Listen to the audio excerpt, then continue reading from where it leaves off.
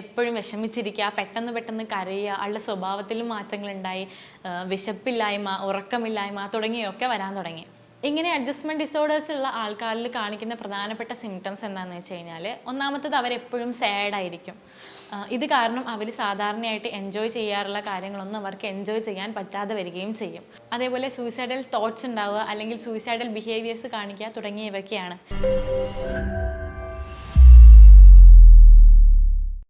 Hello, ഞാൻ വിസ്മയ, കോൺവ wellness സെൻ്ററിലെ consultant psychologist ആണ്.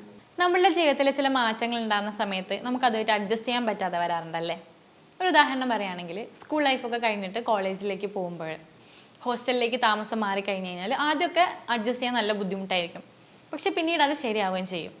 അതേപോലെ തന്നെ ഒരു കല്യാണമൊക്കെ കഴിഞ്ഞ് പുതിയൊരു ജീവിതത്തിലേക്ക് കടക്കുന്ന സമയത്തൊക്കെ അഡ്ജസ്റ്റ് ചെയ്യാൻ ബുദ്ധിമുട്ടാവുകയും പിന്നീട് ആ അഡ്ജസ്റ്റ്മെൻറ്റ് ഇഷ്യൂസ് ഒന്നും ഇല്ലാതെ സുഖമായിട്ട് പോവുകയും ചെയ്യും. ഇങ്ങനെ അഡ്ജസ്റ്റ് ചെയ്യാൻ പറ്റാതെ വരികയും ഇത് അവരുടെ ജീവിതത്തിൽ ബുദ്ധിമുട്ടുണ്ടാക്കുകയും ചെയ്യുന്ന സമയത്താണ് നമ്മളിതിനെ അഡ്ജസ്റ്റ്മെൻറ്റ് ഡിസോർഡർ എന്ന് പറയുന്നത്. കഴിഞ്ഞ ദിവസം ക്ലിനിക്കിൽ വന്നൊരു കേസ് പറയുകയാണെങ്കിൽ, വിദേശത്ത് പഠിക്കുന്ന ഒരു ആൺകുട്ടിയാണ്. ആൾക്ക് റീസെൻ്റ്ലി ഒരു ബ്രേക്കപ്പ് ഉണ്ടായി. ഇത്രനാളും തൻ്റെ ലോകം ആ വ്യക്തിയാണെന്ന് കരുതിയിരുന്ന ആൾ പെട്ടെന്ന് പോയ സമയത്ത് ആൾക്കിത് ആക്സെപ്റ്റ് ചെയ്യാൻ പറ്റാതെ വരികയും അത് ആളുടെ നിത്യജീവിതത്തെ ബാധിക്കുകയും ചെയ്തു. ഇത് കാരണം ആൾ എപ്പോഴും വിഷമിച്ചിരിക്കുക, പെട്ടെന്ന് കരയുക, ആളുടെ സ്വഭാവത്തിലും മാറ്റങ്ങളുണ്ടായി, വിശപ്പില്ലായ്മ, ഉറക്കമില്ലായ്മ തുടങ്ങിയൊക്കെ വരാൻ തുടങ്ങി.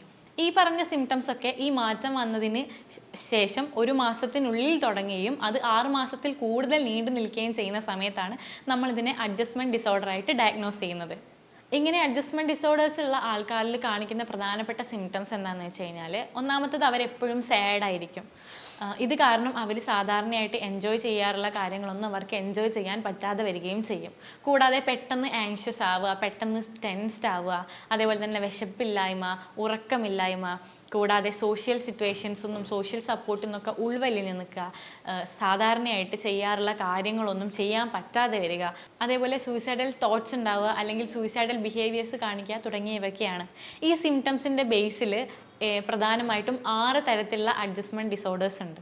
ഇനി ഇതിൻ്റെ കാരണങ്ങൾ എന്താണെന്ന് നോക്കാം. ഒന്നാമത്തേന്ന് പറഞ്ഞു കഴിഞ്ഞാൽ ജെനറ്റിക്സ് ആണ്. കുടുംബത്തിൽ ആർക്കെങ്കിലും ഏതെങ്കിലും തരത്തിൽ മെൻ്റൽ ഡിസോർഡേഴ്സ് ഒക്കെ വന്നിട്ടുണ്ടെങ്കിൽ ഈ ഒരു അഡ്ജസ്റ്റ്മെൻറ്റ് ഡിസോർഡർ വരാനുള്ള സാധ്യത കൂടുതലാണ്.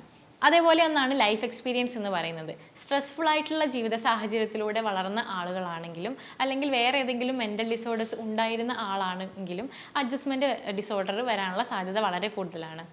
അതേപോലെ തന്നെ പ്രധാനപ്പെട്ട ഒരു റിസ്ക് ഫാക്ടറാണ് സ്ട്രെസ്ഫുൾ ഈവൻറ്റ്സ് ലൈഫിൽ ഉണ്ടാവുക എന്ന് പറയുന്നത്. അതായത് കല്യാണം കഴിയുക, അല്ലെങ്കിൽ ഡിവോഴ്സ് ആവുക, പുതിയതായിട്ടൊരു ജോലി കിട്ടുക, അല്ലെങ്കിൽ റിട്ടയർഡ് ആവുക, പുതിയതായിട്ട് ഒരു സ്ഥലത്തേക്ക് താമസം മാറുകയോ അല്ലെങ്കിൽ സ്കൂൾ മാറുകയോ ഒക്കെ ചെയ്യുക എന്നൊക്കെ പറയുന്നത്. അഡ്ജസ്റ്റ്മെൻറ്റ് ഡിസോർഡേഴ്സ് കൃത്യസമയത്ത് കണ്ടെത്തി ചികിത്സിച്ചില്ലെങ്കിൽ ഇത് കോംപ്ലിക്കേറ്റഡ് ആയിട്ട് ഡിപ്രഷനിലേക്കോ, ആങ്സൈറ്റി ഡിസോർഡറിലേക്കോ, സബ്സ്റ്റൻസ് അബ്യൂസിലേക്കോ, ഈവൻ സൂയിസൈഡിലേക്ക് വരെ കൊണ്ടെത്തിക്കാം. അതുകൊണ്ട് ഇത്തരത്തിലുള്ള പ്രശ്നങ്ങൾ നിങ്ങൾക്കോ നിങ്ങളുടെ ഫാമിലിയിൽ ആർക്കെങ്കിലും കാണുകയാണെങ്കിൽ എത്രയും പെട്ടെന്ന് ഒരു സൈക്കോളജിസ്റ്റിനെ കൺസൾട്ട് ചെയ്യേണ്ടതാണ്. മറ്റൊരു വീഡിയോയുമായി വീണ്ടും കാണാം. Thank you.